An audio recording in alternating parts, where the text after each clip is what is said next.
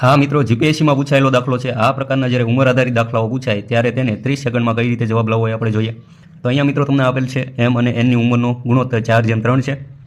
6 વર્ષ પછી એમની ઉંમર 26 વર્ષ થશે, તો એનની હાલની ઉંમર આપણે શોધવાની છે.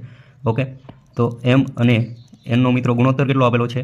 4:3 આપેલો છે. ઓકે, હવે મિત્રો શું છે? 6 વર્ષ પછી એમની ઉંમર 6 વર્ષ પછી, ઓકે, આ જે 26 વર્ષ છે મિત્રો, એ 6 વર્ષ પછીની ઉંમર છે. તો 6 વર્ષ પહેલાં એટલે કે હાલની ઉંમર આપણને મળી જશે.